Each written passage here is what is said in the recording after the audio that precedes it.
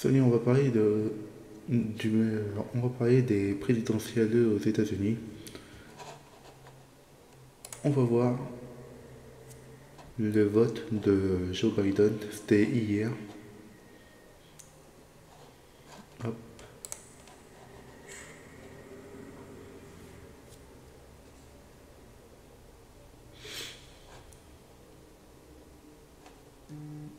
Parce que c'est Joe Biden, le président actuel, a voté dans l'État dont il était le sénateur, le Delaware, hein, c'est ça. Hein. Oui, absolument. Il est originaire du Delaware. C'est pas loin de Philadelphie. C'est sur la côte est. Et effectivement, c'est le dernier vote du président Joe Biden, qui est âgé de 81 ans. Un président, je dirais, qui est considéré par beaucoup d'Américains comme un canard boiteux, un lame duck president, comme on dit aux États-Unis, et effectivement qui a du mal à imposer ses décisions à la fin de son mandat, mais qui va probablement voter pour Kamala Harris, qui, vous le savez, dans les sondages, est au coude à coude avec Donald Trump. On parle du dernier sondage du New York Times, 49% des voix pour Kamala Harris, 48% pour Donald Trump. On pourrait dire qu'ils sont à égalité, sauf que pour qu'une démocrate ou un démocrate gagne la Maison-Blanche, il faut qu'il ait au moins 4 ou 5 points d'avance sur le républicain en raison de la loi électorale américaine. Vous savez, c'est le fameux système des grands électeurs.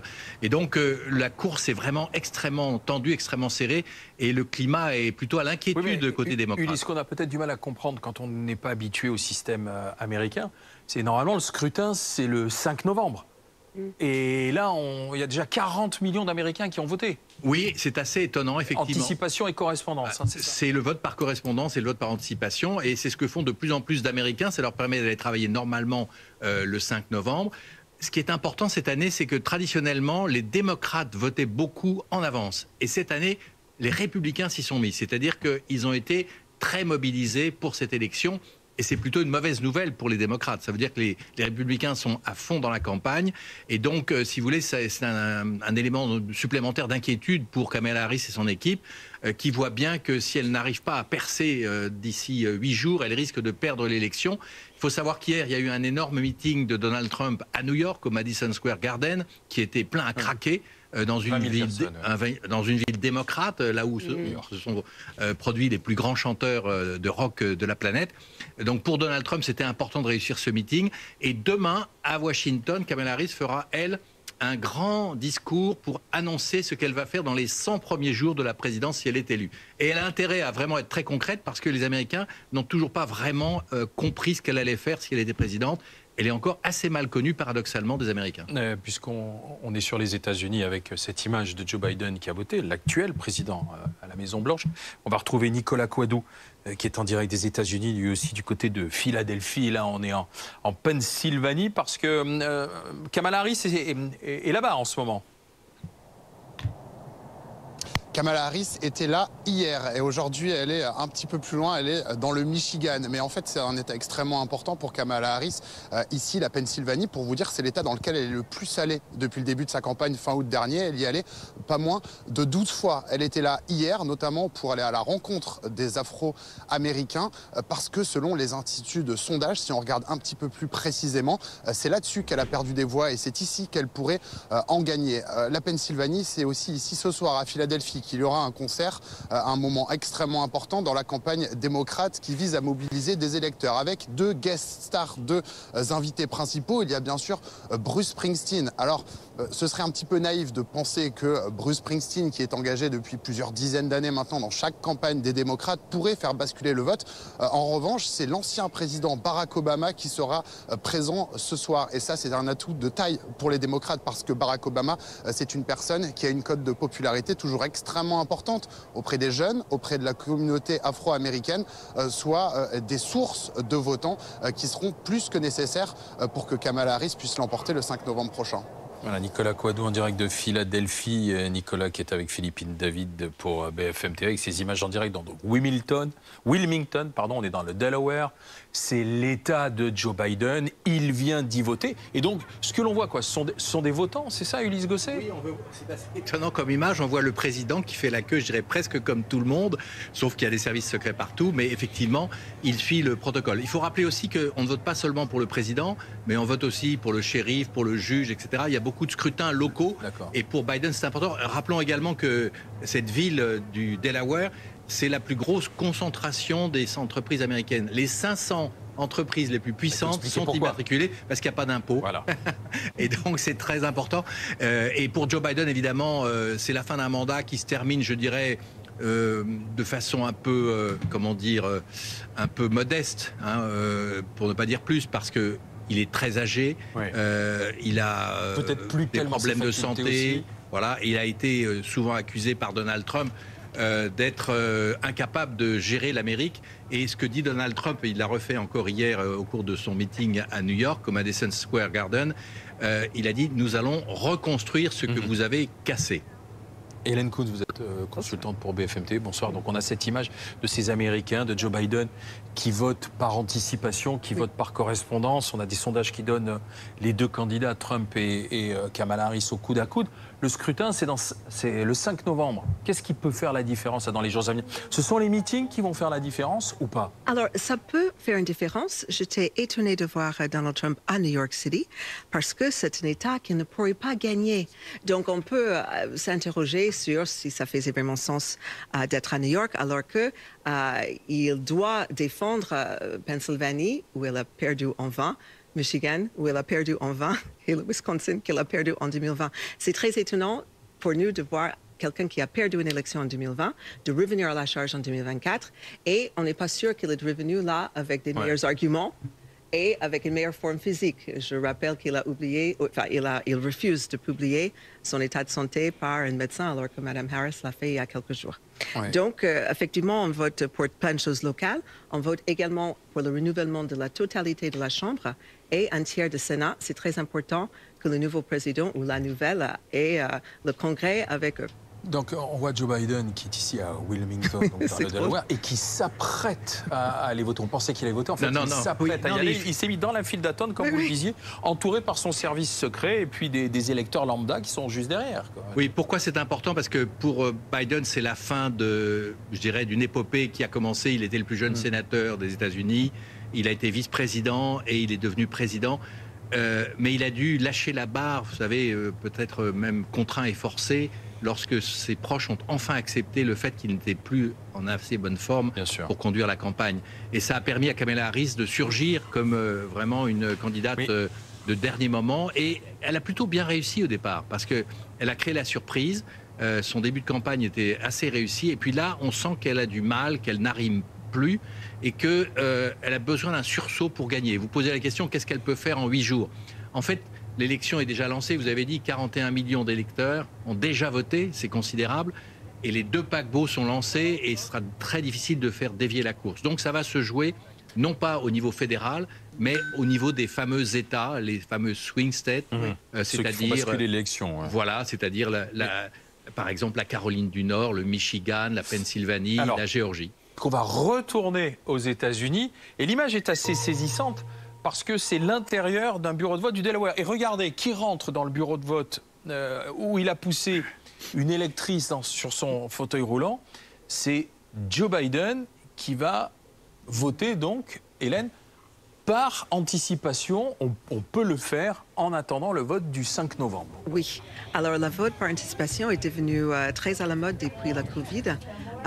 Et ça permet toutefois de faire par la suite, pour les deux campagnes, de faire un peu de micro-targeting en termes de cibles pour rallier les derniers électeurs. Je pense qu'à ce stade, clairement, on n'est plus en train de vraiment convaincre les nouveaux électeurs. Là, on doit convaincre les gens de se rendre aux urnes. Oui, de faire voter massivement. Mais tout à l'heure, je vous posais la question de savoir qu'est-ce qui peut faire basculer ce scrutin. Alors, Joe Biden va voter, mais reprenons le fil des dernières heures. Kamala Harris, qui a été investi en lieu et place de Joe Biden, va tenir un meeting du côté du Michigan. Donald Trump va être en Géorgie, mais on a en tête ce qui s'est passé hier soir à New York, avec la fameuse mauvaise blague d'un humoriste sur Porto Rico, une île flottante peuplée d'ordures. Terrible. Donc, est-ce que ça peut faire basculer la campagne, une partie du vote ou pas? Évidemment, parce que c'est repris... Malgré les excuses, les atténuations, etc. C'est repris massivement par des influenceurs. Ça tourne en boucle sur TikTok. Et si vous voulez, il y a beaucoup de votants. Il y a à peu près presque 1 million de personnes de l'origine portoricaine dans la Floride et à peu près 750 000 dans la Pennsylvanie. Ça tombe pas très bien, vous voyez. Ouais. Bon, et je pense que malgré cette boutade qui était quand même terrible, le vote républicain reste très divisé. C'est-à-dire à l'intérieur des votants républicains, il y a des MAGA, donc Make America Great Again, il y a pour Trump, et puis il y a aussi les républicains délaissés par Trump. Mais les deux se côtoient sous une même étiquette là pour l'instant. Donc on n'arrive pas à savoir quel est le départage des voix des républicains avec Trump et puis des républicains avec la coalition large qu'elle essaie de bâtir Kamala Harris, Republicans for Harris, puisqu'elle sillonne le pays avec Liz Cheney. On se doute que elle ramasse quand même pas mal de républicains. Benoît Ballet, vous êtes sur place pour BFM TV. Donc Joe Biden est en train d'accomplir son devoir électoral en ce moment. Hein. Oui, effectivement, et c'est important cette image qu'on voit parce que Joe Biden, il vote donc de manière anticipée. On se souvient que, vous savez, aux États-Unis, les règles sont différentes par rapport à la France. Ici, dans chaque État, il y a des règles différentes, mais on peut voter souvent de manière anticipée, donc plusieurs semaines, plusieurs jours parfois, mais très longtemps avant donc ce mardi 5 novembre. Et c'est exactement ce message qu'envoie Joe Biden, que eh bien, les Américains, leur vote compte et que pour être sûr de pouvoir, eh bien, pour être sûr que ce qu'ils vont vouloir voter soit exprimé, pour être sûr que leur voix soit entendue, eh bien, le plus simple, c'est donc de voter pendant son temps libre et donc pendant un week-end, parce que beaucoup d'Américains ne vont pas forcément avoir le temps mardi de s'absenter du travail pour aller voter. Et donc Joe Biden, le président américain, envoie ce message à ses concitoyens. Voter, c'est important, il faut exprimer son opinion. Il y a un autre message qu'on peut lire aussi dans cette image, c'est... Oui, allez-y, oui. Parce qu'on voit effectivement Joe Biden qui remplit son devoir électoral dans l'isoloir. Mais vous êtes du côté, Benoît, de Philadelphie, parce que c'est Donald Trump qui... pardon, Benoît, vous êtes du côté d'Atlanta, en Géorgie, parce que c'est Donald Trump qui va... Atlanta, Benoît, qui va tenir meeting ce soir.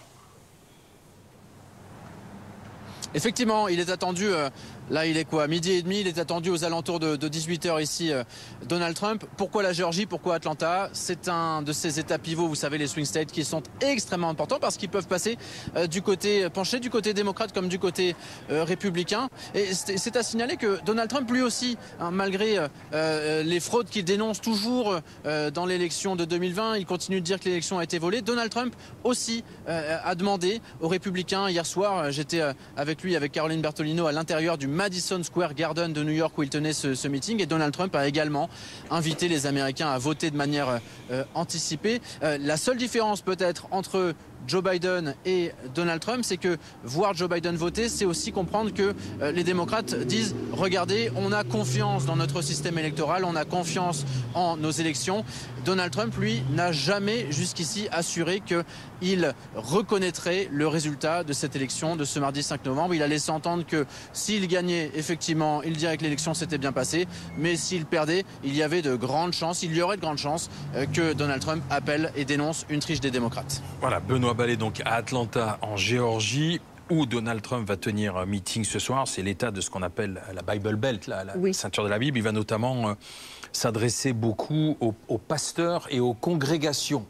Rappelons qu'il avait fait nommer des juges très conservateurs à la Cour suprême, Donald Trump. Oui, tout à fait. Alors ça, c'est un enjeu de campagne là, parce que potentiellement, il y a encore 2 juges de notre Cour suprême de 9 juges qui peuvent partir à la retraite et être remplacés, bien que c'est une poste à vie. Donc, on peut imaginer une situation où Trump aurait nommé 5 des 9 juges de Cour suprême, si ça arrive. Donc là, on a la vue sur le bureau de vote où est en train de remplir son devoir électoral Joe Biden. Mais comment ça se passe, la communication entre les équipes de Joe Biden, qui est toujours le président en place, et celle de Kamala Harris, qu'elle postule pour la Maison-Blanche? Est-ce que c'est fluide? Est-ce que ça se passe bien? On transmet les informations? On est dans la même dynamique? La réalité, c'est que ce n'est pas le grand amour entre les équipes de Biden et de Kamala Harris. Déjà, pendant le mandat de Joe Biden, il y avait des frictions et en réalité, Kamala Harris a été mise de côté par l'équipe de Biden. Pour cette campagne, donc elle est évidemment arrivée en pleine lumière puisque c'est elle maintenant la candidate et il a fallu une très forte pression du camp Obama en particulier pour, je dirais, forcer Joe Biden à ne plus être candidat. Actuellement, si vous voulez, il y a une anecdote qui peut résumer la situation. L'équipe de Joe Biden envoie des messages à celle de Kamala Harris, raconte la presse américaine, en disant « Quand voulez-vous que Joe Biden vienne dans un meeting pour soutenir Kamala Harris ?» Et la réponse, c'est pas venez dès ce soir ou dès demain, c'est on vous répondra plus tard. Donc, si vous voulez, on a le sentiment que Joe Biden, c'est plutôt un boulet pour Kamala Harris, parce que ça rappelle trop le passé de cette présidence. De façon un peu injuste d'ailleurs, parce que le bilan global de Joe Biden est plutôt bon. L'économie va bien, le chômage descend, l'inflation a baissé. On le voit sortir, Joe Biden, ça y est, mais il a voté. Malheureusement pour les démocrates, si vous voulez, les Américains gardent le souvenir d'une présidence Biden où l'économie allait plutôt bien. Et surtout, ils n'ont pas encore digéré l'inflation des 2 premières années pendant Ça baisse là maintenant. Ça baisse, mais on garde le souvenir d'une essence trop chère, des prix trop chers, et donc, si vous voulez, ça pèse beaucoup sur le résultat. Vous parlez de la Géorgie, c'est très intéressant. Là, on est dans le Delaware, c'est la côte est. En Géorgie, dans le sud, il y a plus de 35% des habitants qui sont... Joe Biden, si on arrive à voir une...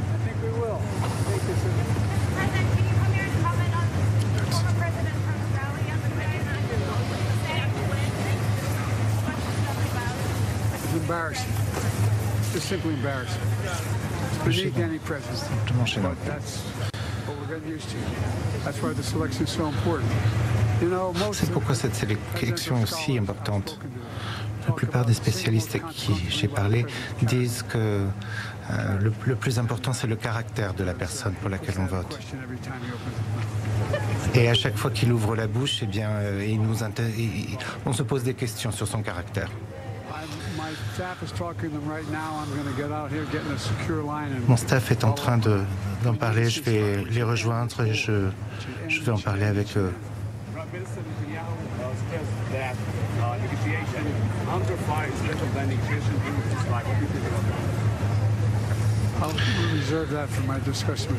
Je réserverai ça à mes discussions avec lui.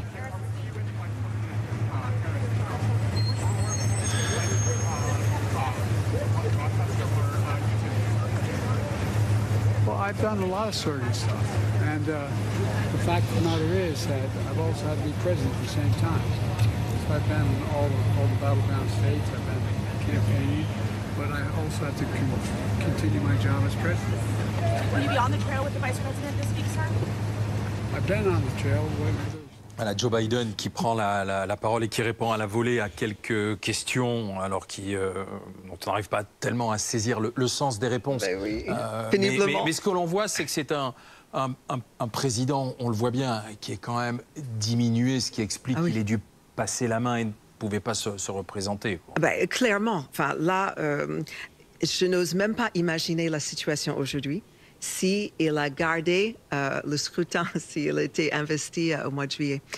On dit quand même que c'était un acte héroïque. J'entends qu'il y avait des frictions en interne, mais enfin, ça n'aurait été pas possible qu'il soit président une deuxième fois et de toute façon, il avait promis d'avoir un seul mandat. Je reviens sur l'idée sur la mémoire sélective, Ulysse, de mes compatriotes qui disent oui, non, mais avant, c'était quand même très bien l'économie. Mais toutefois, même les reviews actuelles nous rassurent que l'économie américaine va plutôt bien et que tous les indicateurs sont ouverts. Et même les indicateurs qu'il aime bien Donald Trump, comme le cours de la bourse, par exemple, c'est toujours sous les démocrates au plus haut niveau. Donc, on est plus sur du positif. Et cette idée de positivité, là, on est dans une campagne de contraste. Oui. Et le contraste le mot joie revient beaucoup pour Kamala Harris. Joie contre la négativité, un pessimisme terrible de Trump. Et les choses qu'il a dit sur les États-Unis hier soir m'ont énormément interpellée. Ce qui était important dans la petite phrase de Joe Biden, là, quand il est sorti du bureau de vote, c'est qu'il a dit « l'élection sanctionne le caractère du candidat ». Et évidemment, il fait allusion au caractère de Donald Trump, à sa violence, à ses outrances, à ses insultes qu'il n'a cessé de proférer, et encore hier soir. Mais il faut dire que ce langage très dur et très violent est entendu par une bonne partie, au moins par la moitié des Américains. qui finalement connaissent Donald Trump et se disent c'est pas grave, on peut lui passer cela. Et côté démocrate, si vous voulez, au lieu de faire campagne pour l'Amérique, pour sa grandeur, on fait la campagne contre Donald Trump. Et c'est peut-être ce qui manque à Kamala Harris. C'est cette énergie supplémentaire pour qu'elle dise voilà mon programme. Et on attend évidemment son grand discours demain à Washington où elle va enfin, si j'ose dire, dévoiler ses intentions les 100 premiers jours à la Maison-Blanche. Mais là, évidemment, cette image, elle est dramatique parce que bien sûr, on voit, si vous voulez, ce président qui appartient déjà à l'histoire et qui va péniblement terminer son mandat et qui n'est pas un atout pour Kamala Harris. Vous parliez de meeting de Kamala Harris qui sera dans le Michigan. Hein. Elle est en campagne dans le Michigan, mais il va y avoir un concert de soutien à Philadelphie où nous retrouvons Nicolas Coadou en direct pour BFM TV. Nicolas. Oui, concert ce soir, gros concert, moment fort de la campagne démocrate avec deux invités de prestige. En la personne déjà de Bruce Springsteen, la star du rock américain, soutien démocrate depuis plusieurs années, depuis plusieurs campagnes. Ça ne surprend donc personne que Bruce Springsteen s'engage à tel point dans la campagne. Ce qui est un atout de taille pour les démocrates, c'est qu'il y aura également l'ancien président Barack Obama dans le meeting ce soir, ici, meeting concert donc à Philadelphie.